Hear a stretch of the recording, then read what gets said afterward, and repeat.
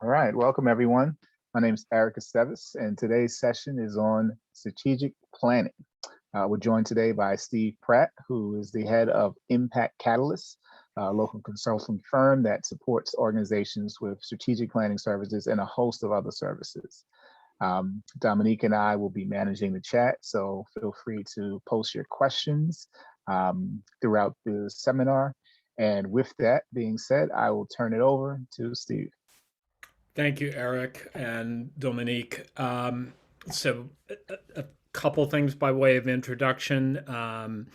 First off, Eric described us well. We are partners to nonprofits and philanthropies around the country based here in Boston.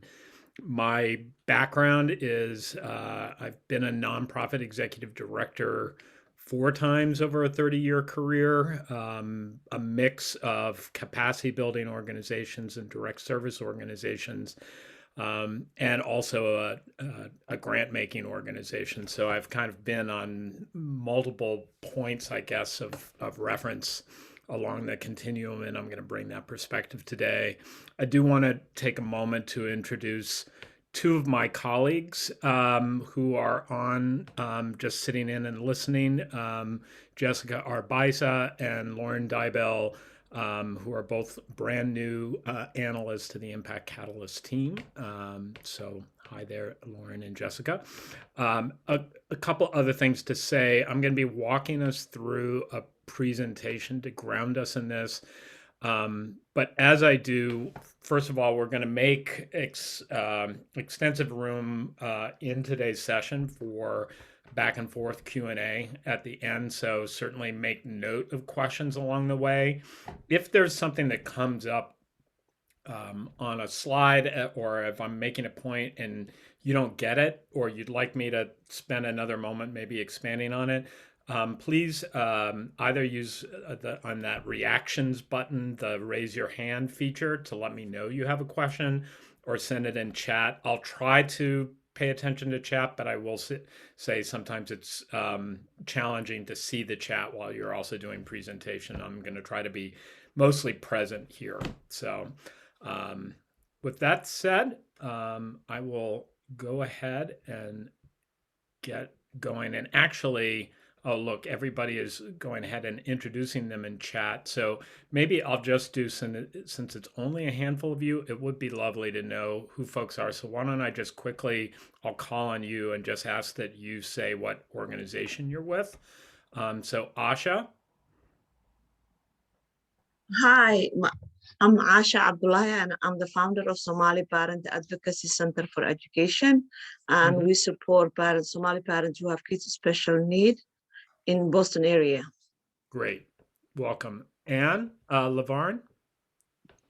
Hi, I'm Anne Lavarne. I'm the manager of outreach and operations with Adaptive Sports New England. And we work to provide sport opportunities for youth with a visual or mobility impairment. Great. Doreen? Maybe I'm mute, Doreen. Sorry.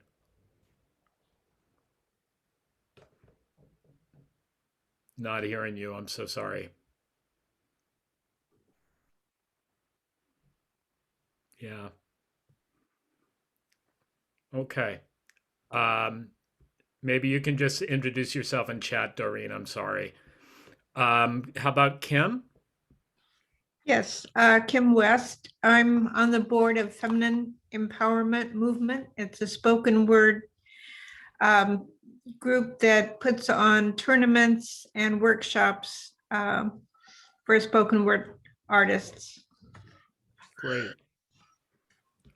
Joe Walsh, and I assume you're not the guy from the Eagles, right? No, he's got longer hair than I do.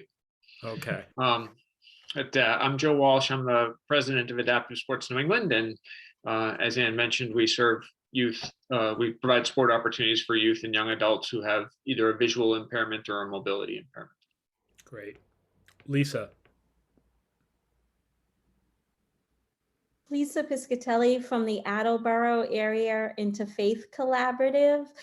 Our work is around alleviating hunger. We also provide resources to many of our clients, whether that's help with rental assistance, sleeping bags, showers for the homeless, a whole range of things, including transportation, and also chaplaincy, which has been more in focus with the pandemic.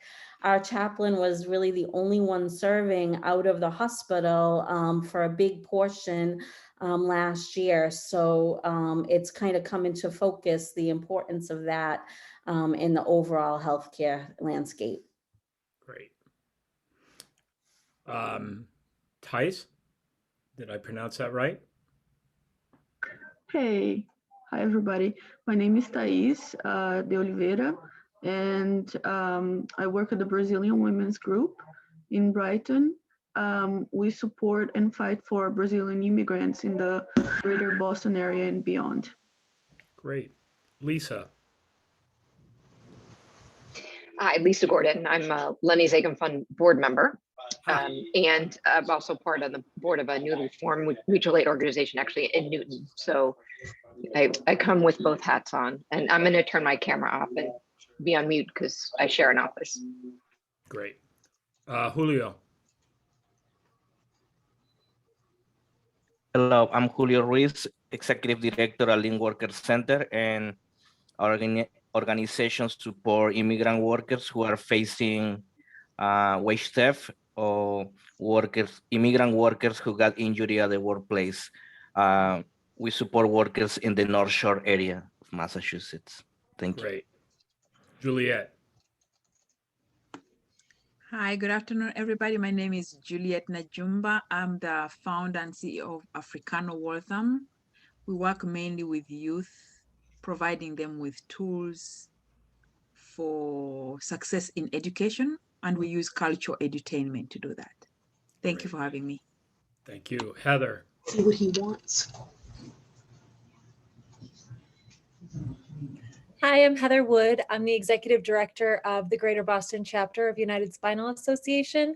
We provide support and resources via peer mentoring and support groups to individuals and their families affected by spinal cord injury or disorder. Great. Linda.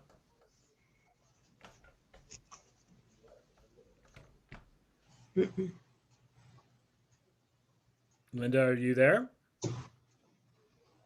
No? Okay. Maria?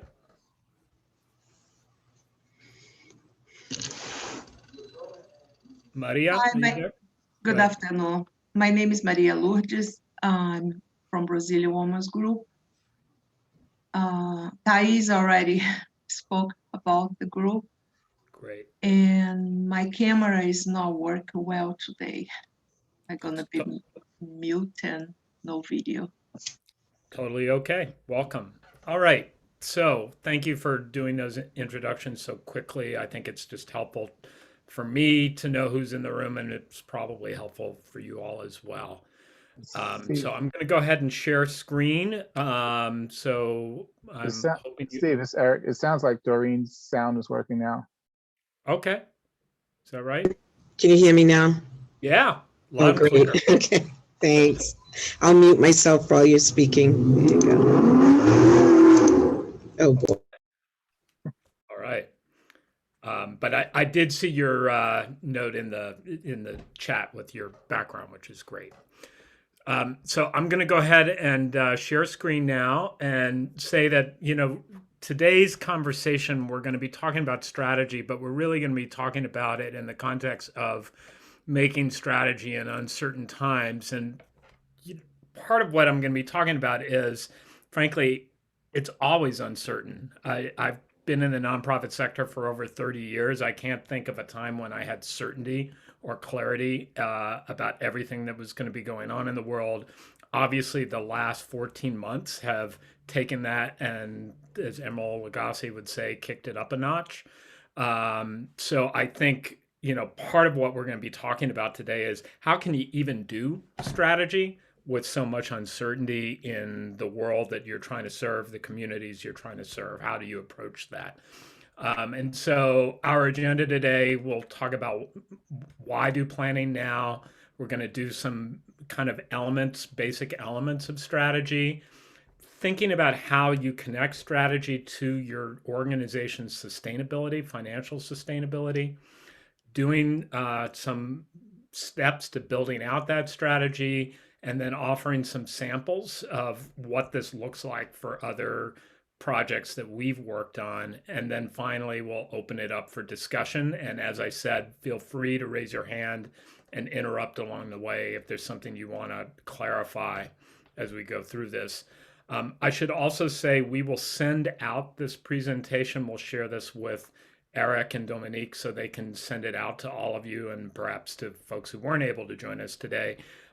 Feel free to take notes, but also know all of this will be available to you to refer to as you go on.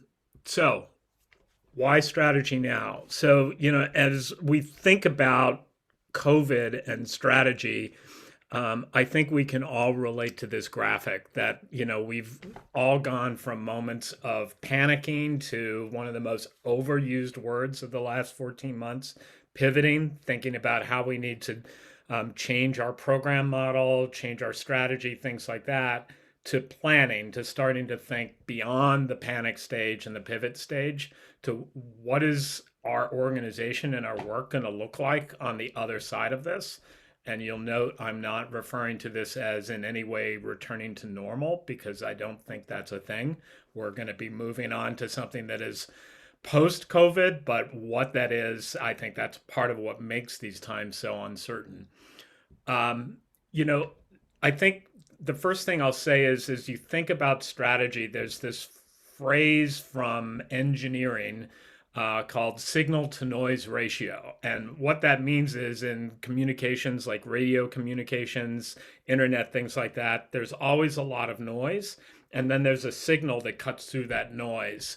And, if anything, I think what strategy is about is trying to figure out how you cut through the noise and focus on what's the signal for you. What are your long-term priorities? And how do you kind of steer your ship through that noise? The other thing is that I think people sometimes think about strategy as a linear path, that, you have a plan that goes from point A to point B to point C. And the reality is that it tends to be a more meandering road. It's that old expression, one step forward, two steps back. I think a lot of the both development and execution of strategy is about trial and error, about coming up with assumptions and then trying to test out those assumptions. And some of the things that you assumed were going to happen end up being true. And then you can go further with that. And other things end up not being so true. And you either have to decide, do I abandon this altogether? Or do I come up with something different? So a lot of that is part of strategy. And that gets into the last point I'll make, which is for a firm that says we do strategic planning, we actually hate the phrase strategic planning. And for this reason, there's a strategy which is about why you do what you do and how you do what you do. And then there is the plan, which is what you do. And I think part of the misconception about strategic planning, going back to that linear versus meandering graphic on the earlier slide, is that people think that, you at some point sit down and decide, this is how the world is going to be for me for the next 3 years or 5 years. And that I can then plan that out. I can plan what my financials are going to look like in 2024. And that's just not aligned with reality. In reality, what happens with strategy is that you are establishing a set of principles for how you want to have an effect on the issues that are facing the communities you want to serve. You have a set of assumptions about how you think you can add value or deliver results for the people you care about. And then you're testing those things and refining those. That what you do may change year over year in support of that strategy. Ideally, the strategy itself, the why you do and the how you do, stays relatively constant unless there are major changes in the environment around you that might force that. So now you have two balding white guys up on your screen, me and Peter Drucker. So Peter Drucker is somebody from the middle of the last century. He rose to prominence in the 1950s, and he's considered a guru in the world of strategy. He was the one who coined this phrase, customer-centered strategy, which was really the notion that you build a strategy around understanding who your customer is, and then you build the strategy out from that. And so he had these 5 essential questions that guided strategy. What's your mission? Who is your customer? What does your customer value? What results do you seek? And what's your plan? And I always found this compelling. I like the simplicity of it, but I also, as I was leading nonprofit organizations, felt that there was something missing from this in terms of our world. And I think what it really comes down to is this notion of who is your customer and why that looks different in our world than it does in the for-profit world, right? If you're running Anton's Dry Cleaners, your customer is really clear, right? It's somebody who's coming down with a set of shirts and pants to be dry cleaned, right? In a nonprofit world, who your customer is much more complicated than that. Now, we'll talk about that in a second, but what I want to start by is some principles around strategy. And the first is how we think about sustainability with strategy. So the prevailing approach usually is that you start with, here's where I am, and then you think about all of the people you want to serve out there potentially, which is what we call this universe of need. And you say, here's my growth goal within that universe of need. So if you're running a youth program that currently serves 100 people, and you know that there are 10,000 youth in the communities you want to serve who could be served by that, then you think, well, the question in my strategy is, how many of those 10,000 am I going to grow to over the next 5 years or something like that? For us, this is not a approach that's based on sustainability. For us, we think you need to think about it somewhat differently, which is that you think about where your starting point is, but you think about that in the context of what we call a social impact market.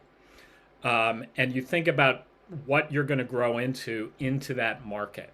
And so I'll give you, now you're probably saying, what's a social impact market? Well, I've got a slide here that answers that question for you. Lucky you. So for us, what we mean by that is it's the breakdown of resources that are available from all of the different revenue sources that typically fund nonprofits. And I should say that no nonprofit or few nonprofits have revenue from all of these sources. So part of the trick is figuring out for your nonprofit, what are the types of resources within the social impact market that you could actually reach. And so foundations, and you could even further break that down into local foundations versus national foundations, or small foundations versus big foundations. On individual donors, we do break it down here from large donors to smaller donors. So are you taking a kind of grassroots approach? So like Rosie's Place has over 45,000 individuals who give an average of about $60 a year to Rosie's Place. So they have a large universe of small donors. Then there are other clients we've worked with that only have maybe 100, 150 donors, but many of those donors are giving 5- and 6-figure gifts. And so that's a large donor pool that they're working in rather than hundreds or thousands of small donors. On the government side, there's both the federal government funding and state and local government. It's further complicated by the fact that a lot of the money the state is spending on programs is actually money coming from the feds, but the state itself is spending it. So I ran a youth workforce development organization in Brockton for a few years, and we had 32 separate contracts with workforce investment boards around New England. But all of that money was actually coming from the United States Department of Labor. So while our relationships were with state and local government, the money was actually coming from the federal government. And understanding that in terms of our budget planning, our strategic planning was really important. And then finally, they're consumers. Some organizations are getting some portion of their money from people paying them to deliver services. And sometimes it's the consumer is paying 100% of the costs. More often, they're paying only part of the cost. So a lot of after-school programs, for example, students maybe are paying $35 for a semester in an after-school program. The actual cost of that program might be $900 per student. And so that nonprofit then is taking that $35, but they're also having to raise the, $865 that they need to actually run that program. What makes strategy complicated is that for us, we're really trying to succeed on two different dimensions, right? On the programmatic side, we're saying this is the problem we're trying to solve for the people we serve, and this is our promise to the people we serve about how we can be helpful to them. And so your program actually needs to be able to deliver on that promise. And frankly, if you can't, it's kind of game over. There's really no point in talking about the rest of it. You need to figure out how can your program deliver on that.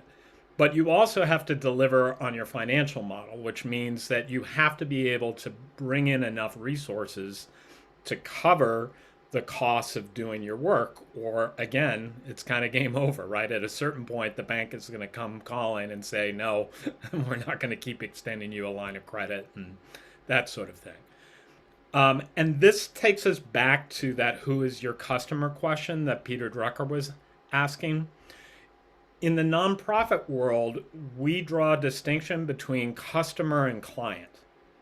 So for us, the customer is who pays for the work, and the client is who receives the services. So going back to that after-school program example I gave, the young person and his or her family that are coming through the door for after-school programs is largely the client. All of the donors and other revenue sources, it could be public funding and philanthropy, whatever that is, those are the customers. And each of them has a different interest in why it is that you're doing what you're doing. And understanding those different interests is actually a key part of building out a strategy. And so what we call this is decoupled strategy. So in other words, you have a strategy for your customer and you have a strategy for your client. And it's the combination of those two things that produces an overall nonprofit strategy. And here's the advanced seminar tip on all of this. The further the distance is between what it is that you're promising to your customer and what it is you're promising to your client, the harder it's going to be to sustain this. Ideally, what you want is fairly tight alignment between what it is that you're promising or offering to the people who are paying for the work and what it is you're promising or offering to the people who are receiving services from the work. If you're saying, for example, and I'll use after school again as a point of reference on this. So when I ran Boston After School and Beyond, we did a survey of parents to ask them, why was after school important? What is it that you were looking for? And the two biggest answers that came back from parents were safety and social emotional support. When we talked to funders, they were talking about academic outcomes and reducing crime. So you can imagine then, if you're doing one strategy to satisfy the wishes of the customer, the funders of after school, and another strategy to satisfy what it is that your clients actually think is valuable in this, and they're that far apart, it can be pretty hard to sustain that work. So ideally what you want to do is find this sweet spot. And we have this 2x2 matrix here because we're consultants and we're actually required under our union rules to always have a 2x2 matrix in every slide deck that we present. So in this case, there's really that client value proposition going up on the left and the customer value proposition coming down underneath. And by value proposition, we literally mean what is the value that you're promising to deliver to each of these audiences, right? So if you have a program that is delivering a great value to clients, but it doesn't have a customer, you have what's called an unfunded mandate. And, over the course of my career, I can think of dozens of nonprofit organizations that were doing amazing, high quality work for the people they serve, but they were struggling to find funders who are actually interested in doing it.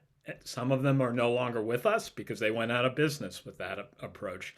And others are kind of existing on life support for the same reasons.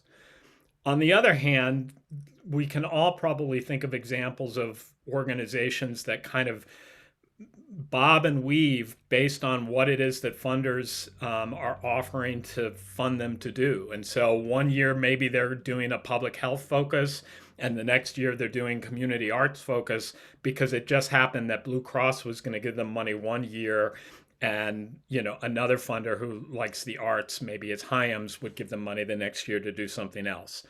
And so that's what we call mission creep, right? Which is that the actual work is being driven by reaction to the funders rather than this is what your community is saying they want and value. Ideally, what you want is to find a sweet spot where the thing you're promising your customer and the thing you're promising your client are in relative alignment. They don't have to be identical. That's not reality in our world, but they need to be close enough together that you could walk a steady path over an extended period of time trying to do this. So this is our reframe version of Peter Drucker's questions. What's your mission? So our question is, who are your clients and why do you serve them? Who is your customer? So our question there is it consumers? Is it donors? Is it businesses? Is it government? What does your customer value? And this is one that probably needs a little more description or explanation. So altruism, that would be a donor who's giving purely to do good. They think you're doing God's work, more power to you. Here's $50, keep it up. Community would be people who are motivated not just by what you're doing and the intrinsic good of what you're doing, but they're actually concerned about the health of the community as a whole. So a donor to La Colaborativa in Chelsea might be interested in the work that they are doing, but they're actually more motivated by building a just and sustainable and equitable Chelsea. And they see that gift as one component, and they may very well live in that community themselves, and they're concerned about the future of Chelsea, not just the work that one organization is doing. And then self-interest is, certainly the kind of classic example of this is the donor that wants his or her name on a plaque or on the, wing of a building at the MFA or something like that. But even aside from that, there are lots of less, I guess, flashy examples of donors giving in self-interest. So, my sons were both rowers in high school and college, and I was actually the fundraising chair of their rowing club when they were in high school. And most of the money I was raising was from parents and grandparents and aunts and uncles of the kids on the rowing team. So that's self-interested giving, meaning that they're giving because their family had a direct stake in the health of that nonprofit and keeping it going. And then what results do you seek, which was Drucker's original question. Our reframing of that is, what does your program deliver for your client and your customer? And for your client, it's really coming back to the who are your clients and why are you serving them? What is the opportunity or the challenge that you're trying to help your clients address? And then down here on the results that you seek is really then concretely, what are you doing to contribute to addressing it? What's your plan? For us, then the question is, how will you keep the values of your customer and your client in alignment? How will you keep that from getting out of whack where you're either moving into the unfunded mandate on one end or the mission creep on the other? And again, I'm going to be moving through all this quickly. I realize I'm throwing a boatload at you, but part of the reason is I want to make time for a lot of questions. So I'm very happy to come on back to any of these slides if you want to come back and ask me a question about it. All right, so that's all like the high concept stuff. Now we're going to get real about this and start talking concretely about how to do this. So steps to building a strategy. So let me start by saying what strategy during uncertainty isn't. It's not about emergency response, something you do one time. It's not about reacting to a crisis right now. And it's definitely not about the kind of steady as you go normal course of events. What it is thinking about things as they are now and trying to develop a vision for the reality that you're trying to work toward over time. It's thinking about what's next up the road, what could be next up on the road, and you're thinking both about what you know and what you don't know. This is really critical because you're never going to be making strategy or in general leading your organizations with perfect knowledge, perfect information. And so a lot of the work of strategy is actually figuring out what do we already know here on like one column, and on another column, what do we don't know? And of the things that we don't know, are there things that we could figure out over the course of this planning process and know better? Are there things that we're not going to know even after the planning process is done, and what do we do about that? And it's certainly thinking about what is that, this, again, kind of hackneyed phrase, what does the new normal look like on the other side of this?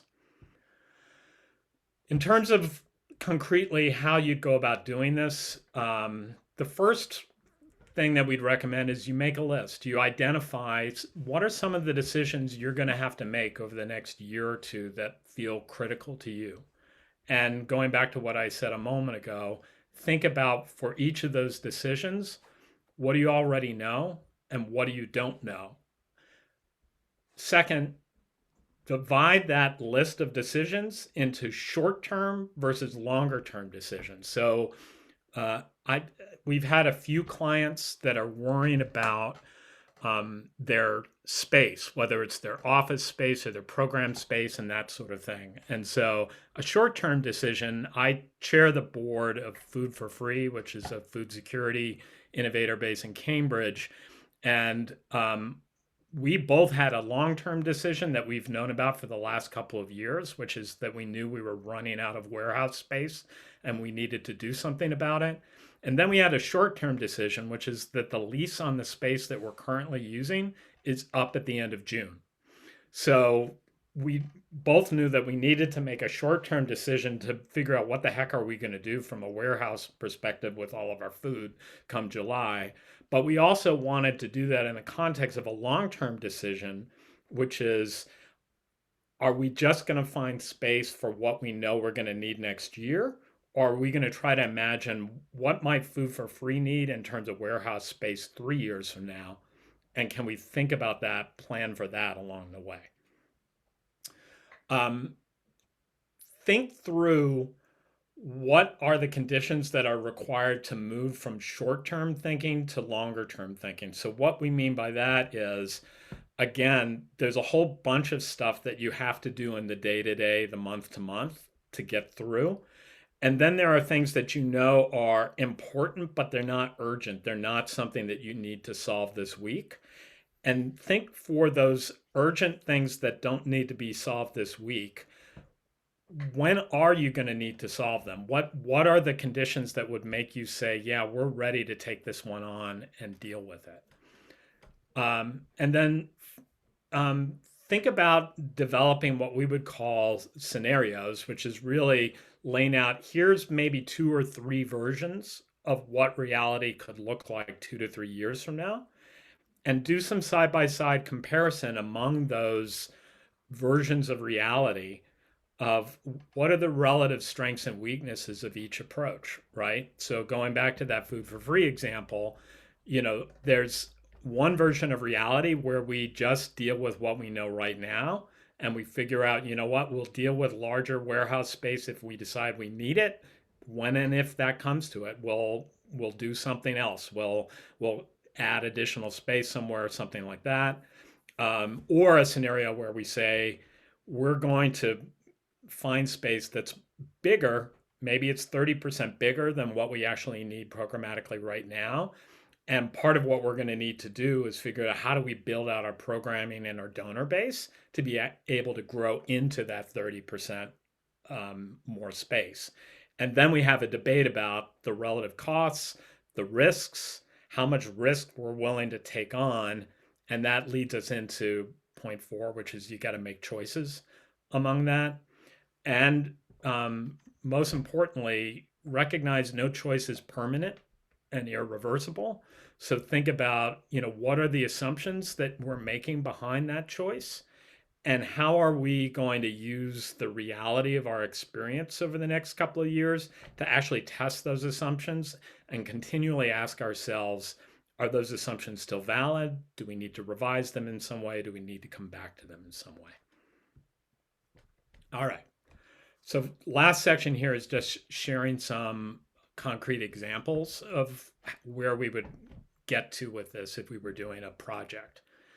So the elements that go into a strategic plan for us up front, there's a case. Why do you need to do this? Why is this important? There's an opportunity statement. So why is this important now? And why you? What is it about your organization that makes you qualified a compelling choice to actually step in and address whatever the need is in that first part? The plan speaks for itself. What will you actually do? The financials, what would you need to succeed? So if you're talking about needing more money to do this or to do that, what does that actually look like? What are you going to be spending the money on? Is it people? Is it program space? Is it materials and supplies? What is it you're actually doing? And how does that tie back to the opportunity and need that you talked about? And finally, risk analysis, which is what could stand in your way? What are the things that worry you about this that are uncertain? And how could you actually mitigate that risk? How could you control for that risk in the work that you're doing? And pro tip on this, that risk analysis can often be part of actually the case you're making to donors. So in other words, when you're going to a donor, I don't know that it's actually effective to go to the donor and say, you know what, we got this all figured out. We're on this. We're 100% certain this is going to succeed, and we just need your money to do it, and we'll succeed. Often, it's actually more compelling to come to a donor and say, here's this need that we've identified. Here's why we're uniquely positioned to do it. Here's what we would do to respond to it. Here's what we're going to need to succeed. And here's why your support is critical, because this is how we'll fail. We'll fail if we're not able to get enough resources in to do this thing or that thing. And that's why your donors actually love to hear that their support is going to make a critical difference in all this. So you want to figure out what are those risks and actually bring the donor in to that risk with you. Say, you're part of this risk with us, you're owning this risk with us, and you're helping cover this risk if you can. All right, so I'm going to give you a concrete example, a few concrete examples. So one is drawn from our client, Doreen. I saw that you're doing music work up in Lens, so you're probably familiar with Raw Artwork. So they were a client of ours, and I'm sharing a couple excerpts from their strategic plan just to give you some ideas about how does a group represent a case, how do they build some of these elements out. So in the case of Raw, started with this question: what are they going to do for young people? And the focus for them, the opportunity was successful transitions to adulthood. And for them, they decided to kind of rebalance and reframe their programming to build it around the middle school years, with this notion that the transition in and out of middle school was the two critical points where young people could fall off the wagon, as it were, and that what they wanted to do was help these kids successfully navigate through these two transitions. And so their internal challenge was how to actually connect their young people, because what they had were some good but standalone programs. They had some elementary programs that were well regarded, but they kind of stood on their own, and actually relatively few kids in their elementary programs signed up for the middle school programs. And very few kids who are in their high school programs were drawn from those other two. And so rather than having these three standalone programs, what they wanted was to create a continuous experience where a raw youth is basically coming to them in 4th and 5th grade, staying with them through middle school and into the high school programs, and in a perfect world, actually signing up for the youth employment and leadership programs that are available in late high school. And so that's the plan here, to serve youth into, through, and beyond middle school. And then this slide is kind of laying out, I won't read it all, but here's the need statement, here's the plan, here's the key strategies: building a continuum, focusing on connection, engaging the community, the broader community in their work as allies and partners in it, and developing their own internal capacity to do that. So this is, I mean, we've got lots of examples, but this is just one example of a pretty good concrete representation of some of the ideas that we're talking about here. I'm going to shift over to another client of ours, National Immigration Forum, to show their financial implications and implementation approach, not because RAW didn't have those in there, but just so you know, we're pretty careful about sharing financial detail externally from client information for obvious reasons. This project is a little bit older, and the financial information we're about to share is public, whereas the financial components of RAW's plan are not yet public. So that's the difference there. National Immigration Forum is based in Washington, D.C., and is an advocate for comprehensive national immigration reform. They have an unusual strategy, which is that they're trying to focus on people who are not yet convinced that immigration reform is needed.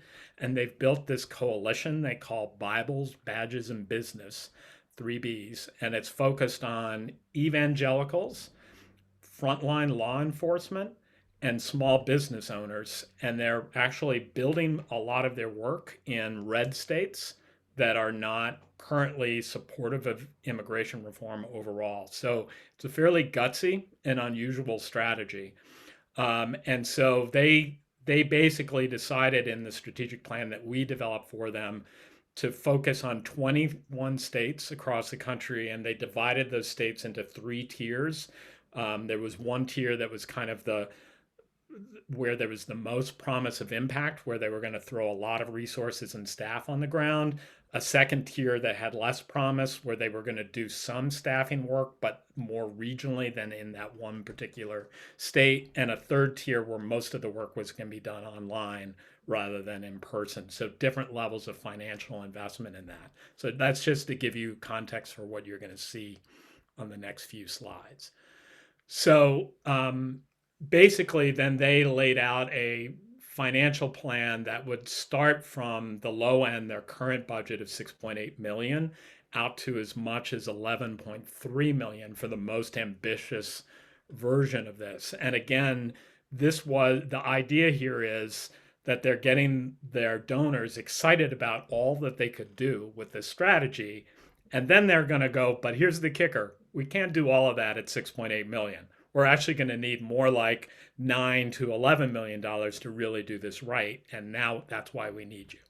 And so you see, this is this kind of growth trajectory about what they would do at each financial level, from the low end of their current budget out to the high end of what they could do if they had the full $11 million in there. And then this is the last point, the financial risks and mitigation. So they're basically saying being able to do this at the scale they want to do it is contingent on being able to raise more money from each of these 4 categories. And the risk mitigation is essentially they're going to limit their spending ahead of revenue commitments. So to put that in plain English, they're not going to spend money they don't have already. So, you know, they're going to spend as much as they're actually able to raise on this. And so obviously they need to concretely lay out for funders, here's the needs we're not going to be able to meet unless we get more revenue. So you want us to do more work in Florida, more organizing in North Carolina. This is what it's going to cost us to do it. And this is why it would be really important for us to be in North Carolina. Last thing I'll say, and then I'm totally going to take a breath and let you all ask whatever questions you want to ask. Implementation is a really key part of strategy. For us, we define success on a strategic planning process as having a really clear path to implementation. I've definitely walked into rooms where somebody has said something along the lines of, I hate strategic planning because the last time we did it, we spent a lot of money and all we got was a binder that sits on a shelf. And on one hand, that really pisses me off because it just bums me out that that's the nature of our business, that people have had that experience. On the other, it's an opportunity to say, no, actually the right way to do this is to get really clear on what the path to implementation is. But going back to something I've said throughout this, that path to implementation isn't a straight line. It isn't just saying, here's exactly what we're going to do for each of the next 3 years and what it's going to cost. It's actually about a constant cycle of putting a stake in the ground and saying, this is how we're going to do this, testing that out, refining it, using milestones that in this case, they're setting quarterly, but you'll decide what the actual time frame is that makes sense to actually come back and look at things. It could be annually, it could be every 6 months. It depends a lot upon what it is you're trying to do. And then refining and revising it for the subsequent years. All right. As promised, I'm going to stop now and see what did I go over too fast that I need to come back to?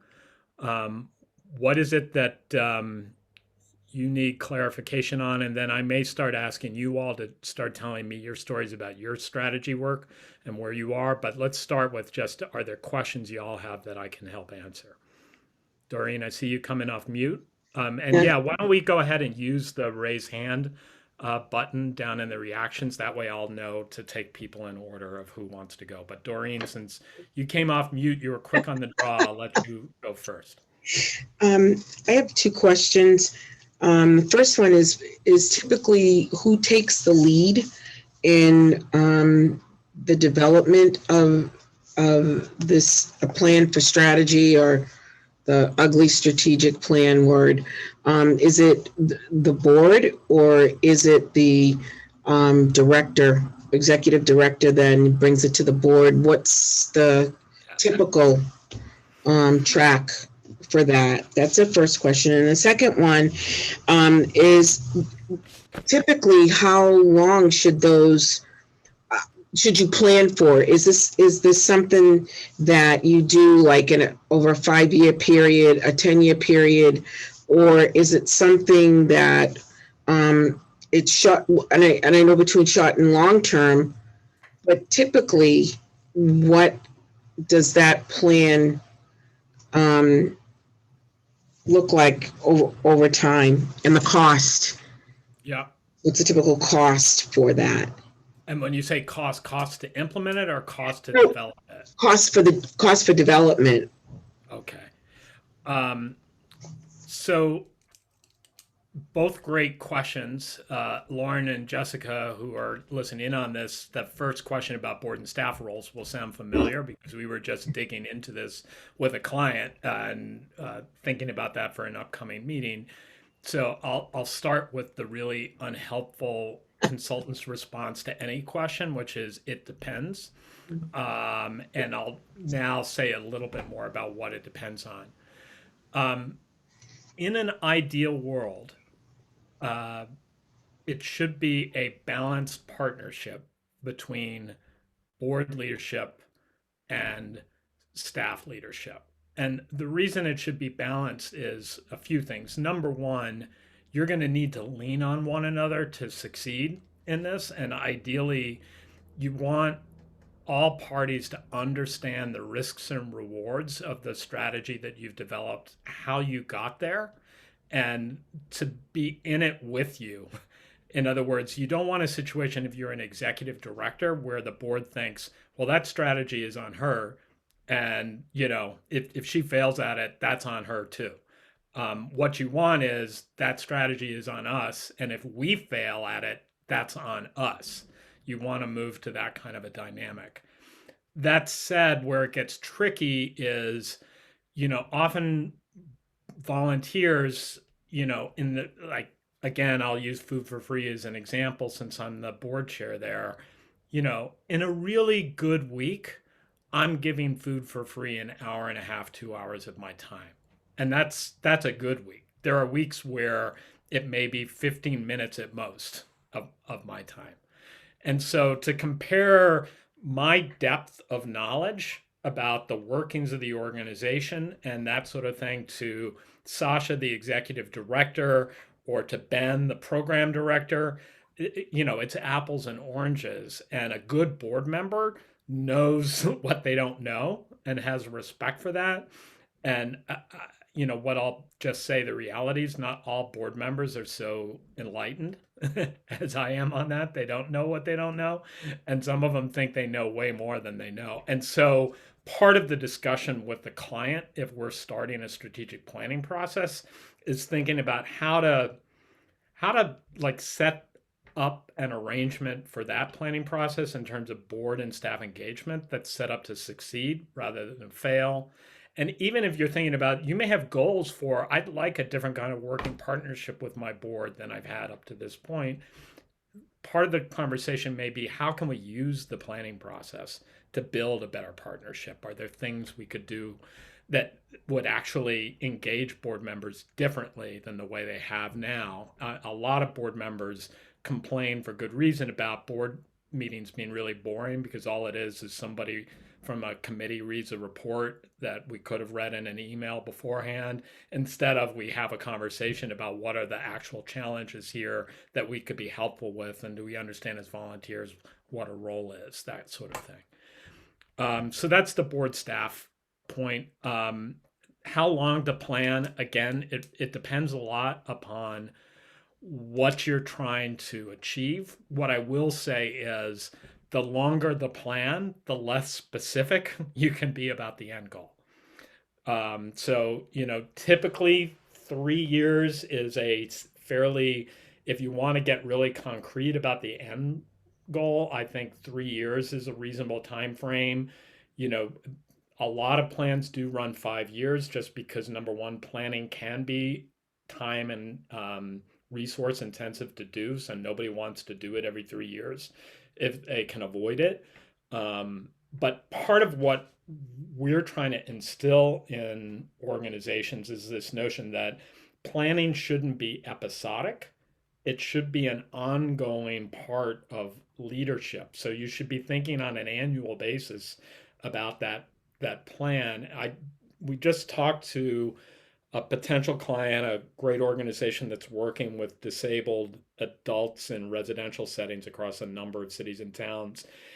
And she said the last formal strategic plan we did was in 2005.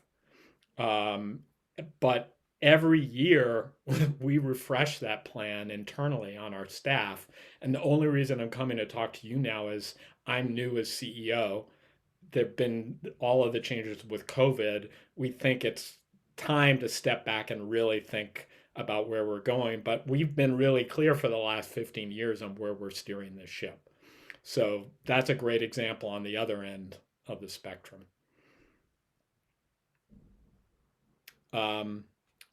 Lisa, did I see you raising your hand? Go ahead. Yeah, thank you so much. So first of all, I loved the strategic plan. When I came into the organization, they had one. It was completed by the prior ED, but it really helped me to understand what the desire was of the board and helped me with grant writing. But now we're sort of a year late to this next strategic planning. We decided to hold it off because COVID year was such an odd one, but we're getting ready to start that process again. My question is, I'm seeing lots of nonprofits, lots of sort of partner agencies at the same point, holding off doing it now. And they've been sharing out sort of their needs assessments. You know, what they do is different than what I do, customer client. So And I'm sorry, Lisa, remind me, I know you told me at the beginning what your organization was. It's the Interfaith Collaborative. We do right down in Attleboro, right? security Yeah. resources. Yeah. So I'm thinking that while I can benefit from looking at their needs assessment, we should still do our own. Yeah, because your needs are going to be, I'm sorry, were they other agencies in Attleboro that were doing those Yeah, needs other assessments? Attleboro-based nonprofits, 3 that I know of that have recently done theirs. And I've heard some people suggesting, well, we'll just use their data. Do we really need to do that? And in the back of my head, I'm like, what we're doing is different than what they're doing. I think we can look at it. Yeah, so I would probably steer a middle ground between those 2 points. It goes back to that identify what you know and what you don't know, right? So I'd by all means take advantage of the fact that 3 other groups have gone through the trouble of like taking a look at the Attleboro community from wherever they stand and coming away with a sense of here's where the needs are. And it may very well be that between the 3 of them, you get to like, here's 70 or 80% of what we need to know. And then what's the other 20% that is unique to us that we need to know? That would be where I try to focus the effort. And, the other piece of that, of course, is, community partnership is a pretty critical thing, especially in smaller communities like Attleboro. And so, their needs assessments may open up a dialogue with them too about here's some ways we think we could partner with one another on this particular need. That would be great. Okay, thank you. You bet. Who else has a question for me?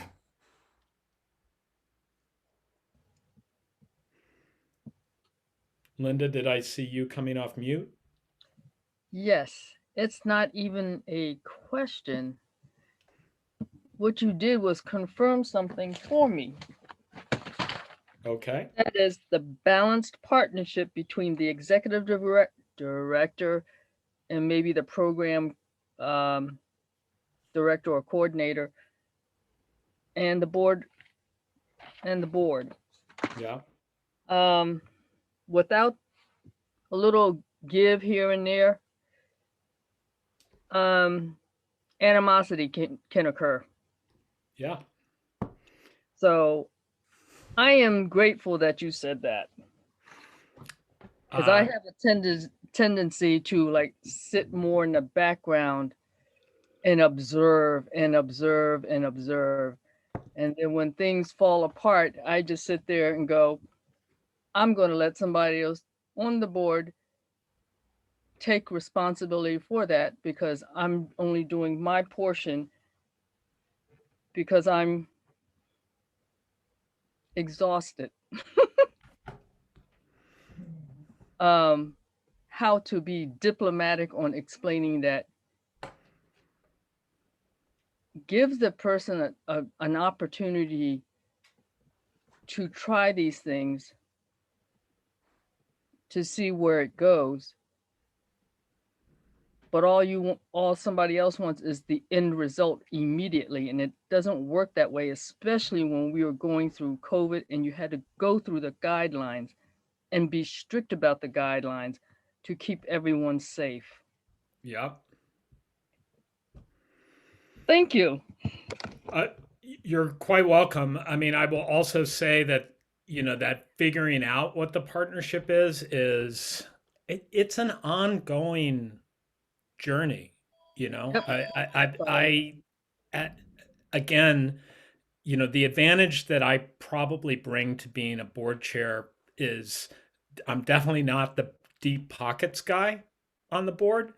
But obviously the fact that I've run nonprofit organizations and served on boards means that I understand maybe better than many what ideally the social contract, the partnership between the parties needs to look like. But I also feel like depending upon what we're facing as an organization, the specifics of that change. So again, just to be really concrete about the last year, the thing I'm proudest of about Food for Free is that in about a 10-day period in March, we in effect became the school lunch program for Cambridge and Somerville. Because as you know, all of the schools got shut like with no warning, right? And all these kids that were on school meals programs suddenly no longer had their school meals programs. And we were able to mobilize to basically at first we were delivering food door to door, and then we created some family drop-off sites. And we're not the only folks that did this. The Salem Food Pantry has done a great job up there. La Colaborativa has done an amazing job in Chelsea. There are lots of groups that have done this kind of thing. But we had made huge investments in our capacity over the prior 2 years that put us in a position when, to use a technical term, the shit hit the fan, we were ready to respond. But as we were talking through it as a board, we realized we were in no position to talk to Sasha about like logistics stuff. Like suddenly, like all our traditional sources of food went away, like the donated food from the institutional dining halls at Harvard, MIT, and things like that. We had to figure out new sources of food. I can't help with that, right? But what we could do is, one board member knew somebody at Prospect Hill Charter School, and we were able to make arrangements with them to use Prospect Hill's sites as family drop-off pickup sites for food. So it was things like that we could figure out, this is what we can do here.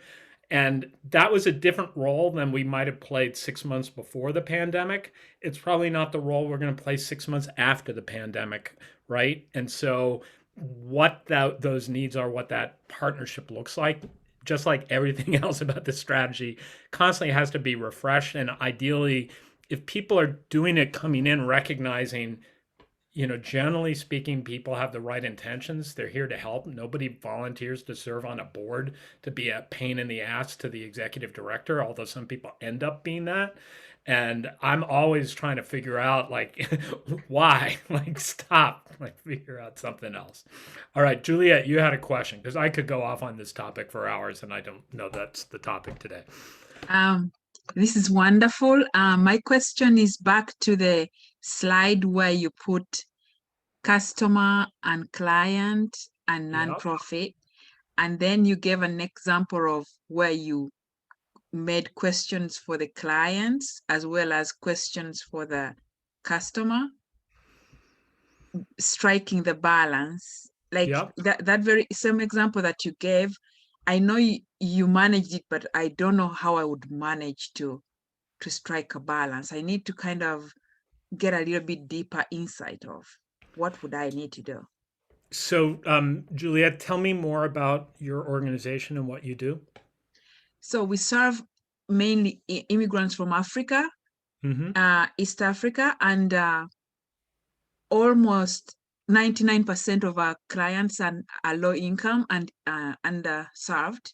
Yeah. And most of them not documented. And they need we do education for them, but we have been using cultural edutainment. That means we use performances which they understand best to get them to places like universities, which made them be like, if I want to go to the university, Auntie Judy wants me to get a good grade. That's how we used to work. But now with COVID, there are many months, this strategy was good, but it's no longer so good. So now we are more into more deeper safety more social, emotional, like a lot of mental health, a lot of that. Yeah. So the kids will not come to the homework help, but when Aunt Judy calls them to just talk, they will come. Yeah. The Zoom for just chatting, they'll be there, and we are using now that Zoom to almost say, still school is good. So we're changing the direction, but then the funder will be like, impact, show how the grades are doing.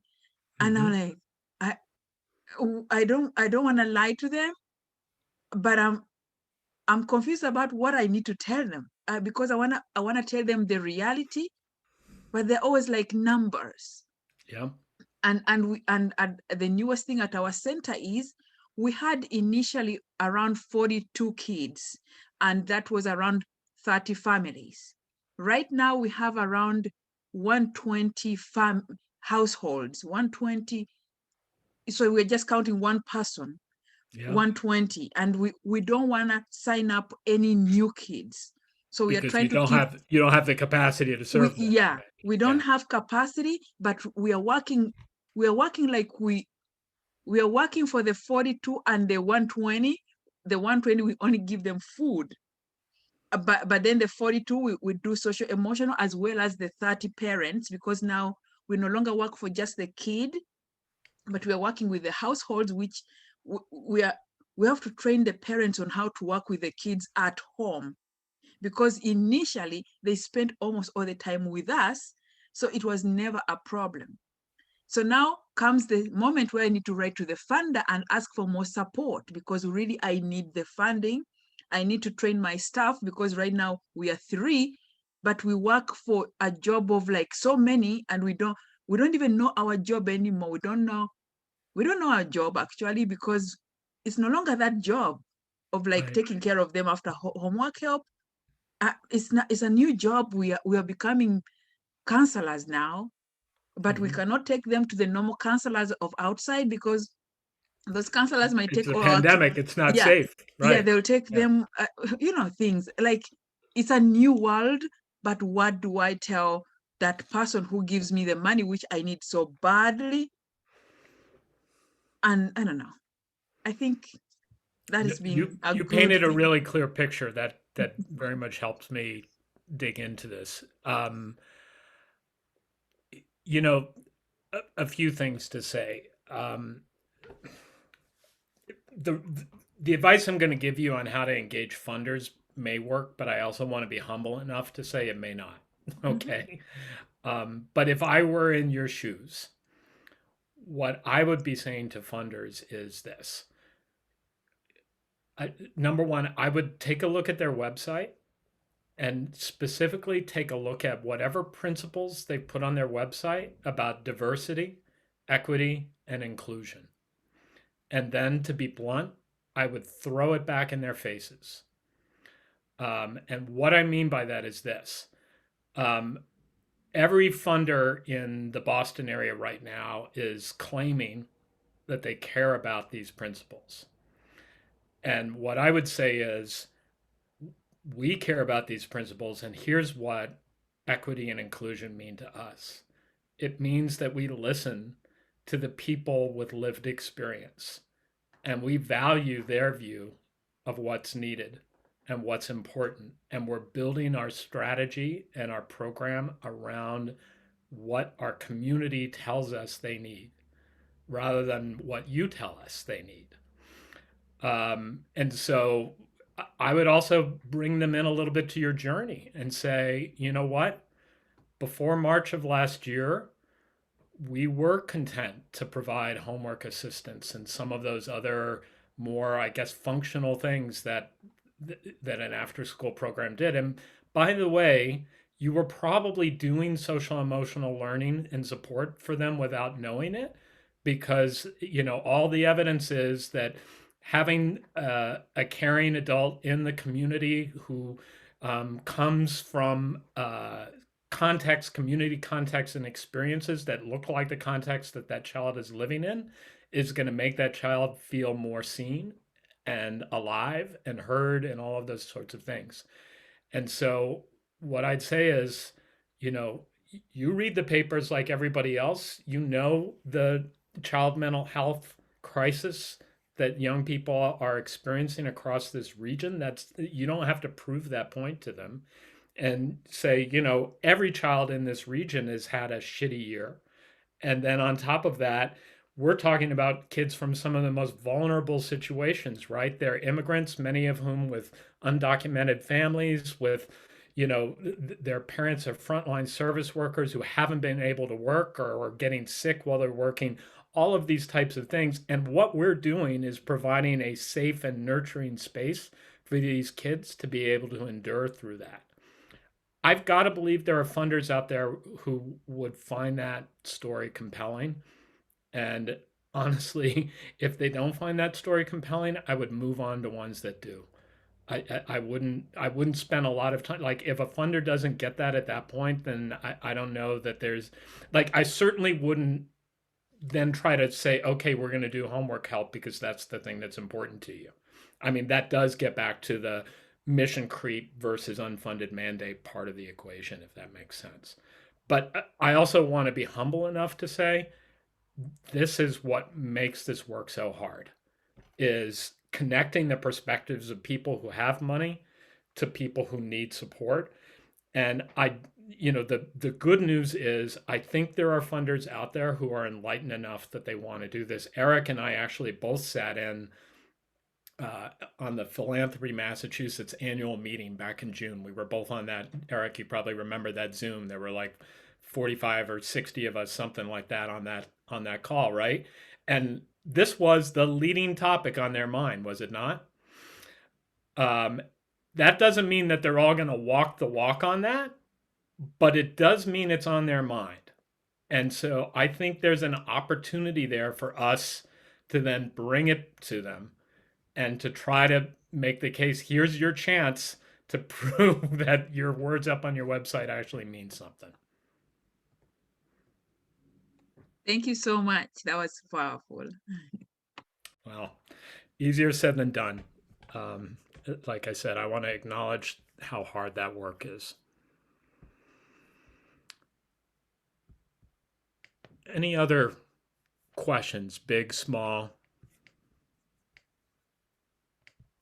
medium-sized?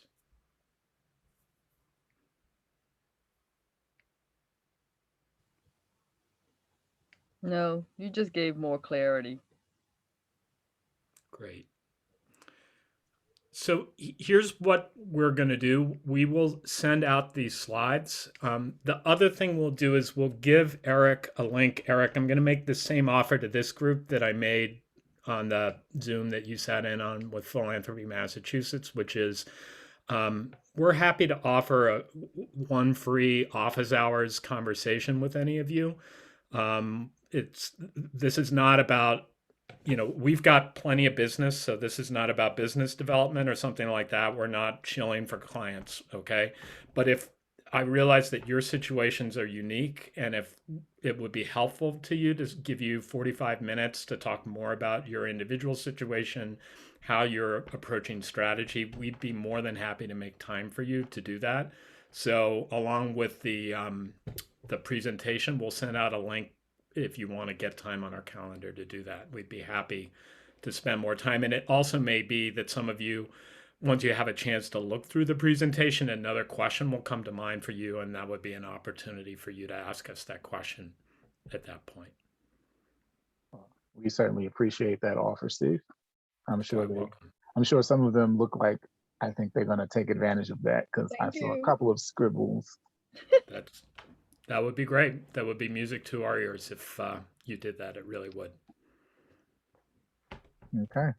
Well, I know we scheduled this to last until 2:30, but we can let you reclaim a little bit of your afternoon and hopefully maybe go outside because it's sunny. Since there are no more questions, I just want to thank Steve for leading this afternoon's session. As I mentioned earlier, once we kind of process it, we will get this online on our YouTube channel so you can share with your colleagues who may have missed it due to a scheduling conflict. So again, thank you, Steve and Impact Catalyst. Thank you to his colleagues, Jessica and Lauren, for showing up, and my colleague, Dominique, and for all of you for being here. And with that being said, have a great day. Thank you. Thank you. Everybody have a great day. Be well, everyone. Thank you, everybody. You as well.